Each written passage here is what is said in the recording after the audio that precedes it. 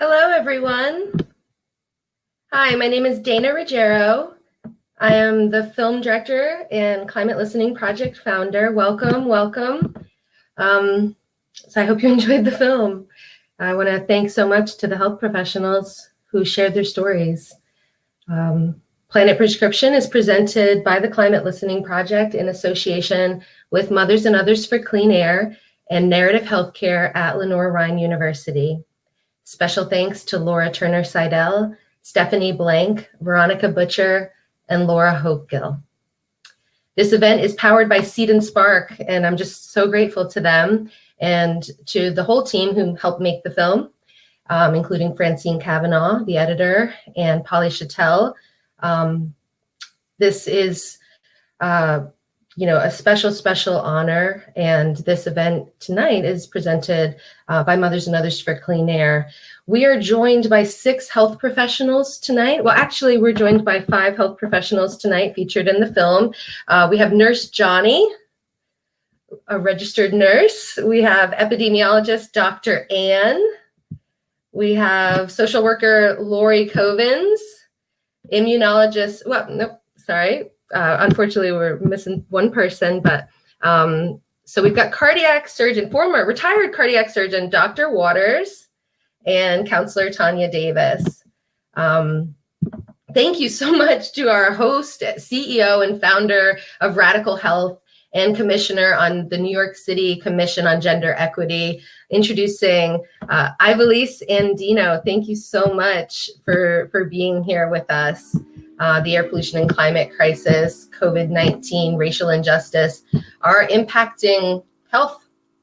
So that's what we're here tonight to gather around.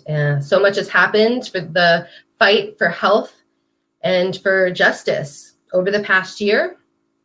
So I wanted to kind of say, hi, everybody, how are you? Hello. And just thank you so much, everyone, for being here. Do you have any updates that you want to share since we filmed? Do you have anything that you want to share before we, before Ivelisse takes it away here and takes us on a wonderful conversation?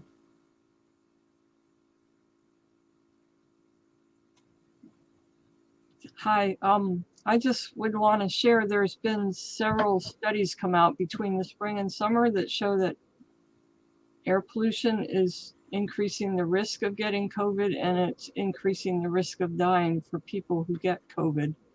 And that's part of the disproportional impact on Black people and people of color, because air pollution is unevenly distributed, and our country has put power plants and factories and highways through the middle of Black neighborhoods. Yeah. The only thing I'm going to add is that probably the side of this that deals with story has become doubly important. We've become further and further removed from our patients, whether it's because we're covered in PPE or because we're having to do telemedicine. And so when all you have is maybe a picture on a screen, then the story and the way you listen to it that the patient tells you, I don't think has ever been more important. And that's radically more important than when we did the film.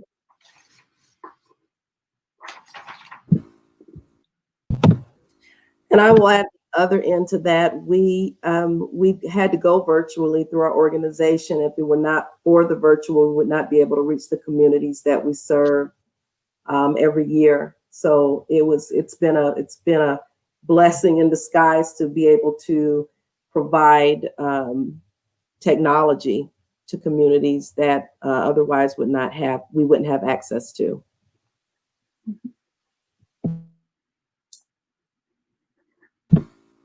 Well, I have definitely thought about all of you every single day, and wished you all good health, and all of our healthcare professionals that have been working in COVID, as well as every single person that works at any hospital, or essential workers, and the communities that are most impacted.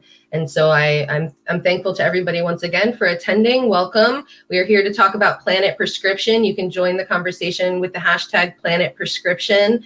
And please do engage with Narrative Healthcare at Lenoir-Rhyne University for the healing side, and Mothers and Others for Clean Air for the action side. So I'm going to hand it off. Ivelisse, thank you so much. We're so honored to have you. Thank you. Thank you. It's a joy to be here with you all. I was having to hold myself back from piping in while y'all were sharing updates. I was like, oh wait, not my turn yet, but it's my turn now. And so I'm just thrilled to be in this conversation. As someone who, I live in the South Bronx, I know the impacts of pollution firsthand, myself having asthma, as my son does as well. I've been on a lot of the environmental justice fights in my community to make sure that we look at what impact the industrial complex is having on our climate and on the air, what's happening, as a whole. And then beyond that, also living in a predominantly Black and brown community that then also has some of the disproportionate racial injustices in our healthcare system. So it's what's really led me to the kind of the work I do, but also I think the synergies of being able to have connection and hold conversations in meaningful ways to begin to address some of the health inequities that include all of the things that you saw in this film. So it is a joy to be here with the brilliant minds and Dana for directing this film. It is wonderful. And so as y'all are giving some updates, right, there's a little bit of hey, we're in a real world pandemic. And you mentioned, right, the pollution is getting worse and it is impacting our communities, our Black and brown communities, just really unfairly and unjustly. Dr. Dan, you talked a little bit about just connection and the need to really I think we were a little disconnected before, but now even more so feeling disconnected, to the need to kind of come together. And then we talked a little bit about just the benefits. Tanya, you talked a little bit about the benefits of community, that, and the way that you can serve your community through tech. So there's so many things happening here. And I think that we should probably just, I think Nurse Johnny wanted to start with you, right? So we know, right, we can read all the studies that, your zip code, where you live, is a bigger determinant of your health outcome and how long you would live, more so than genetics, more so than anything else. Obviously, right, tied to the things that we're talking about in this film. But so my question for you today is, when we know that this is all happening, that air pollution and the climate crisis is directly linked to these underlying health conditions, and we know that the communities are the ones that are suffering and are the ones that are being impacted, why do you think it's so important right now that we listen to community? Why do you think it's more important to listen to those who are just being impacted, not just kind of hear what's going on, but also to have them develop the solutions? Who better than the folks that are living this lived experience? A lot of us clinically have gone into a virtual world, but some of us, our feet are still on the pavement. We're distributing food from schools. The school buses are doing meal delivery. This isn't happening in a vacuum. These are not charts and graphs for the families that are being impacted. The community that I actually reside in has some of the greatest income inequality, inequity in the nation.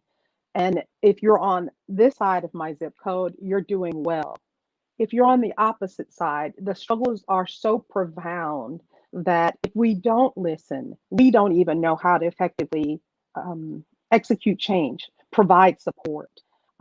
We've had to reimagine what community is. We've had to commit to engaging families in ways that resonate with them. We've had to rediscover what concrete help is in this time of pandemic and in this virtual experience that we're all having. And so we absolutely must listen to the voices of the people that are being the most profoundly affected, rather than the pundits and even folks like us. I think as health experts, we put a bit of distance between ourselves and the lived experience of some of our families. Fortunately for me, I'm Nurse Johnny in the streets and I'm Nurse Johnny in the building. And my phone has been ringing constantly because the need continues to be great. Love that. And so as you're talking, right, I love that line, just, these are not charts and graphs, these are real people. And I think what you're getting at too, right, in terms of reimagining, but I think you're, even just your lived experience, right, you are essentially the trusted resource at work, but also at home and in your community, right? And so when we think about solutions, you're kind of seeing it on twofold because you live it on both sides. We have to listen to the people. We have to listen to those folks who've been living with this, but who also have, I think, the creative license to like dream and know the solutions. And you touched on it, so you have a lot on your plate, obviously, at home and at work. We get into a little bit then of like, what does that look like at work, right? And Dr. Dan, this question is for you. You mentioned when we started kind of behind the scenes, you said, staying human, we have to stay human in a digital world. And I think that that was really true before, you know, COVID-19 and before pandemic. It was definitely, you know, more and more with like EMRs, like, you know, your doctors on the side and you don't really get the face-to-face. As you're thinking about now this bridge of staying human in a digital world, there's an added pressure for healthcare professionals. And we know that like there's incredible burnout. So how does listening to the people, to the patients, to the community, how does that help, yes, like help patients and communities and folks kind of creating the solutions? How does it help them? But also, how does it help providers? And how does it help providers how do you heal the healers through this process? Oh, you might be on mute. I do have a mute button. So that's a really good question.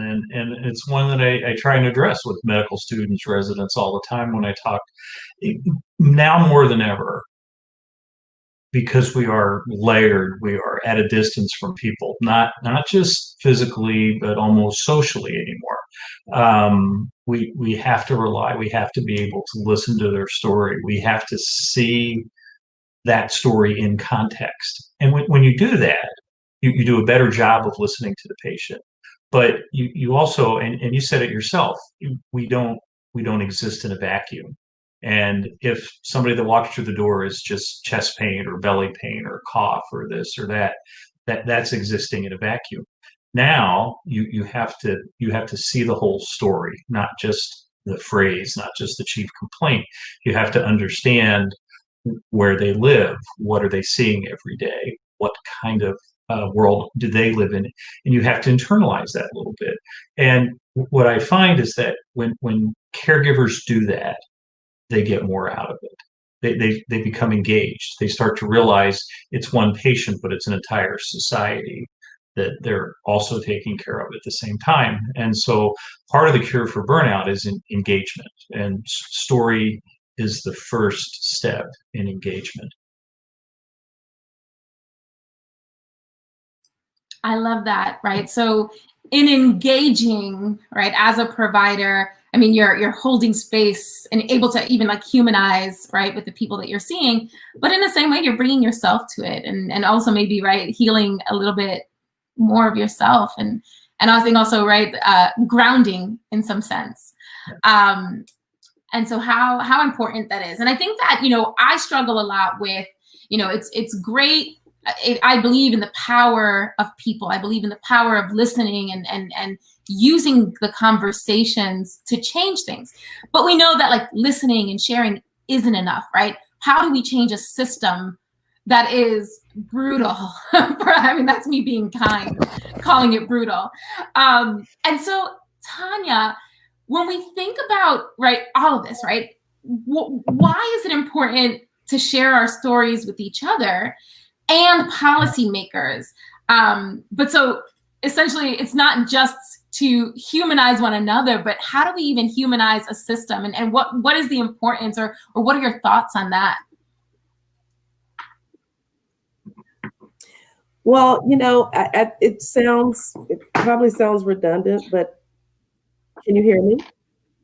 Okay, it probably sounds redundant, but I really find even on boards that I'm on that once again the power of story We have lost the humanity, and in certain things, and it's all about, what's going to be, what's the budget going to be about? Well, we need to bring the human element back. We need to bring the story back.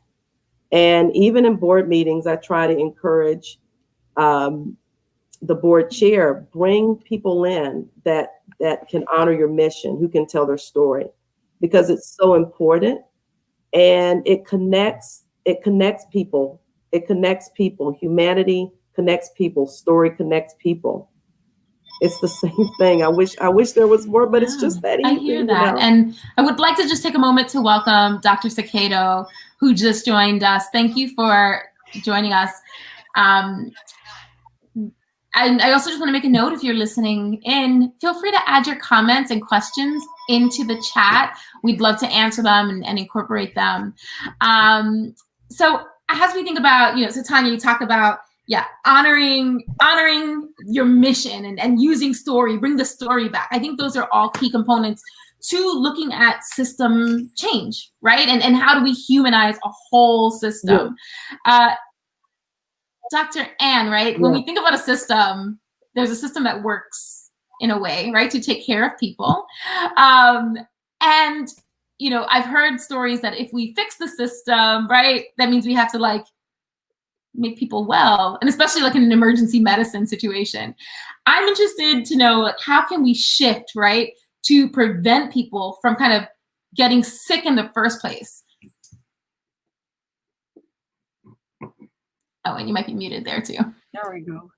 That's all of what we're about at Mothers and Others for Clean Air. Is we want to clean up the air so that there's less pollution and it will help reduce climate change, and there'll be less of all kinds of diseases, heart disease, lung disease, strokes, diabetes, dementias, and all kinds of things. And the way to do that, we need everybody to be advocating with their legislators at all levels, because there's things city, county, and state, and even national. There's all kinds of things we can do. And we need clean energy. We need COVID recovery funds to go for cleaning up the air, because air pollution makes COVID worse.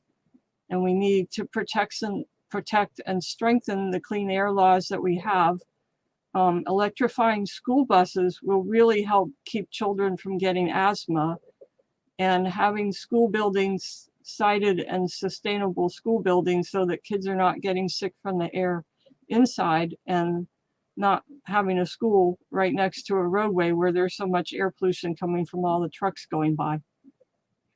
So everybody can talk to their elected people at all levels to help change the system. And right now, it's estimated that 12 to 14% of all cardiac events are due to air pollution, and 8% of deaths. And we're spending so much of our money subsidizing fossil fuels, and it's killing us, and we need to just clean up our system.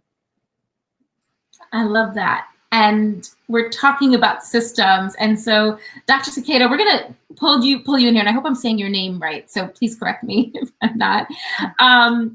But so, as we're talking about all these things, the question for you is, were you taught about this air pollution, right, climate crisis during your medical school journey?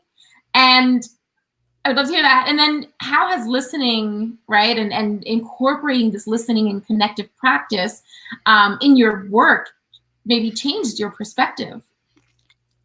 Well, first of all, I'd like to apologize for being late, because the computer I was using has Chrome, but apparently it's not the right Chrome. So I spent a lot of time trying. I had to change computers. So I apologize. But you asked me in medical school. So no, I do not specifically remember getting very much, if any, training on air pollution or climate change or any of those factors affecting medicine. And I'll date myself. I started medical school in 1998. So I don't remember. And even in my pediatrics training, which was, after that, I don't specifically remember getting a whole lot about that. I mean, I learned a lot about asthma and, allergies and immunology and, all the other disease processes, cardiac, that affect kids, but I don't specifically remember climate change being a large part of that. So I really learned, I learned about this from my patients really, initially, and then I took an interest in it, and then I became involved. So that's really kind of my journey here, how I got here, really had to do with listening to my patients.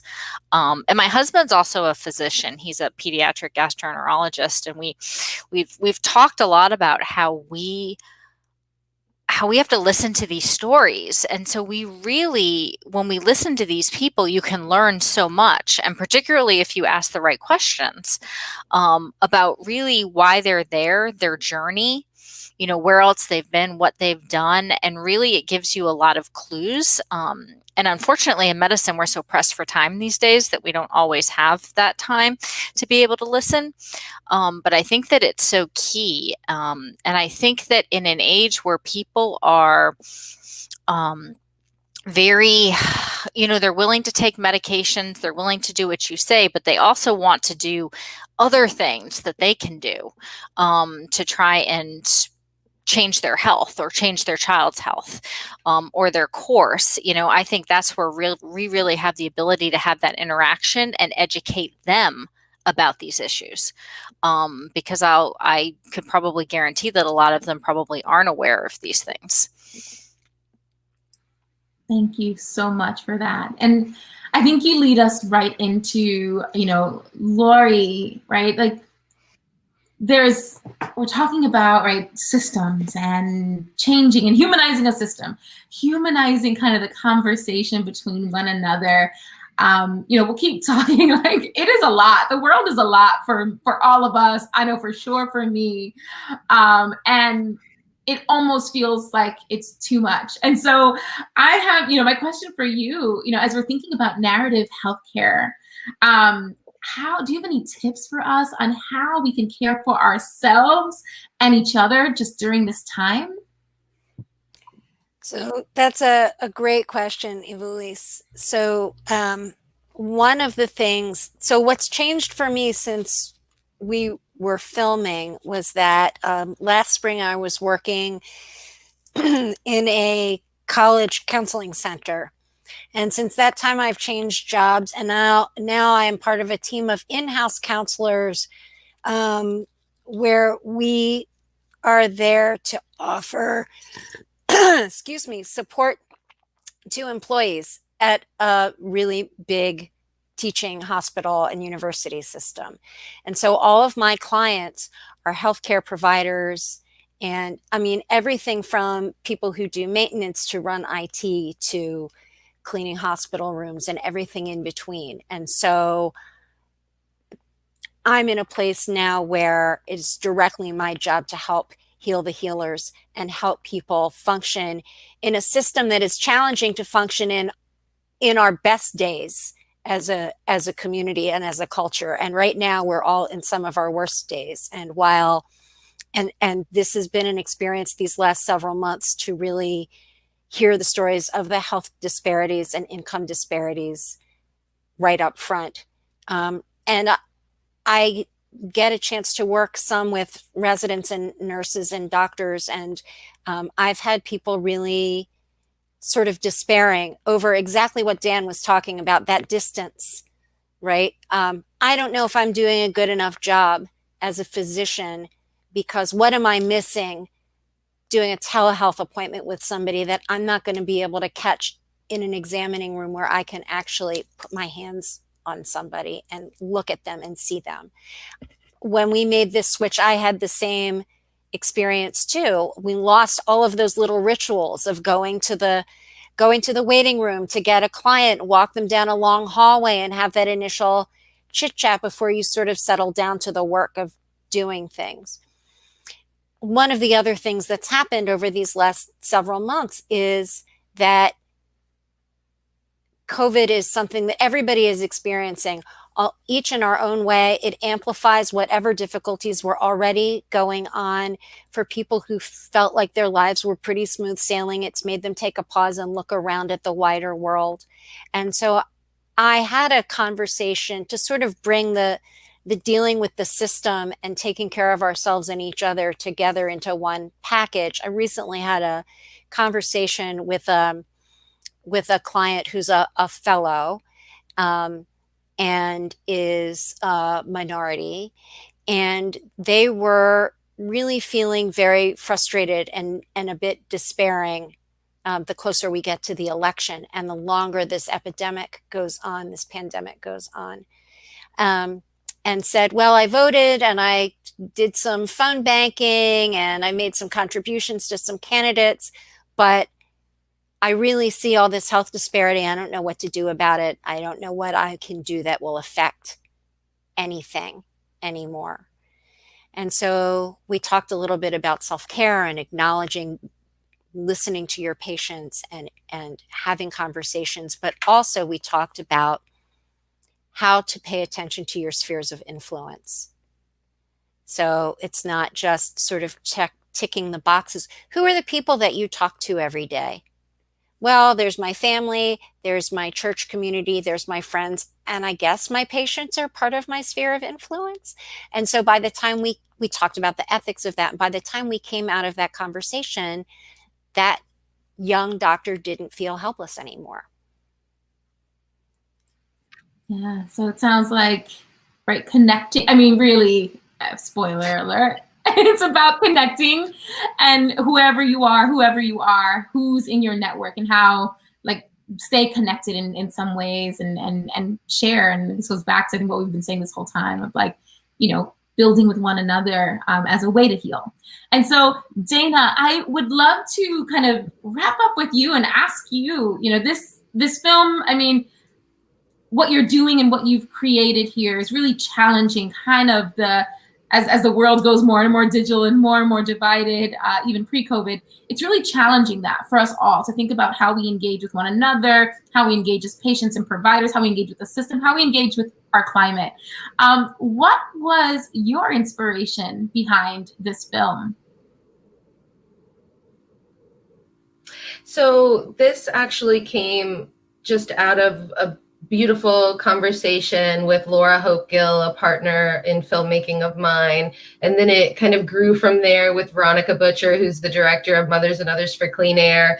And it kind of built and built. And then all of these amazing people showed up. And so it's called the Climate Listening Project. That's the work that I do. And so it really reveals itself through the listening. You know, I'm just honored to listen to these amazing individuals here and to be able to share the stories in hopes that others will listen as well. And in that listening, I think that, you know, the idea here is we know that air pollution and climate crisis is impacting our health.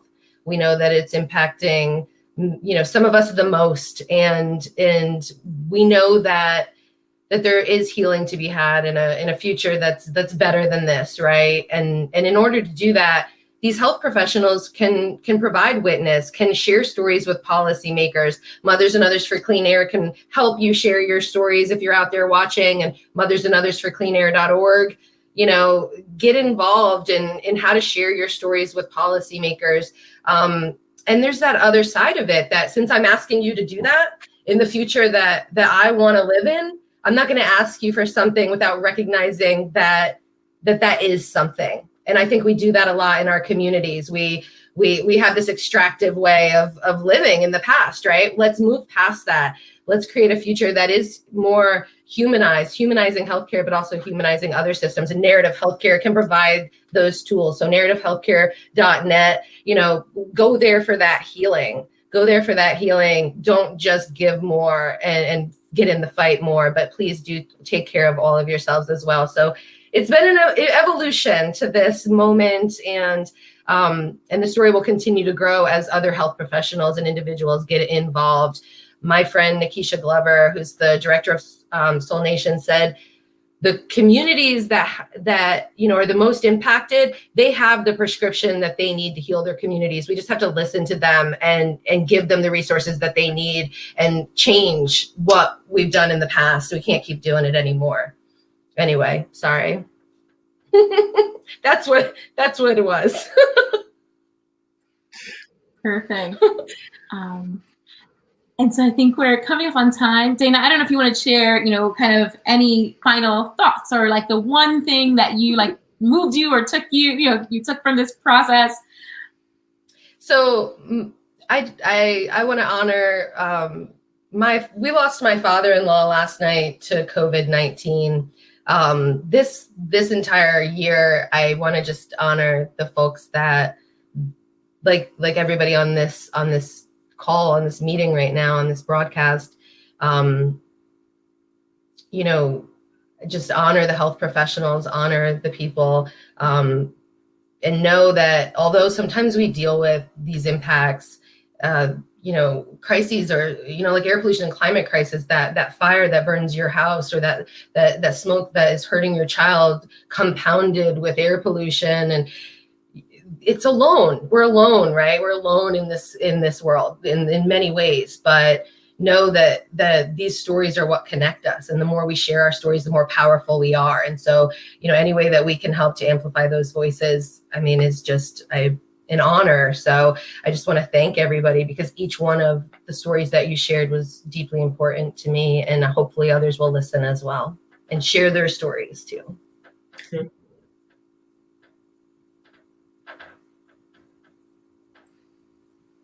So those are all the questions that I have for today. I feel like I've learned so much, and I'm inspired to continue having conversations in my community with the people in my sphere of influence as we think about, you know, the next few weeks, like how can we continue having these conversations? And so Dana, I'll just throw to you for like last remarks and last words as we close out. I want to say thank you to you, Ivelisse. Thank you so much. Thank you to Seed&Spark. Thank you to everybody who has been a part of this film. There's a long list of credits of individuals who have done this work over this past year.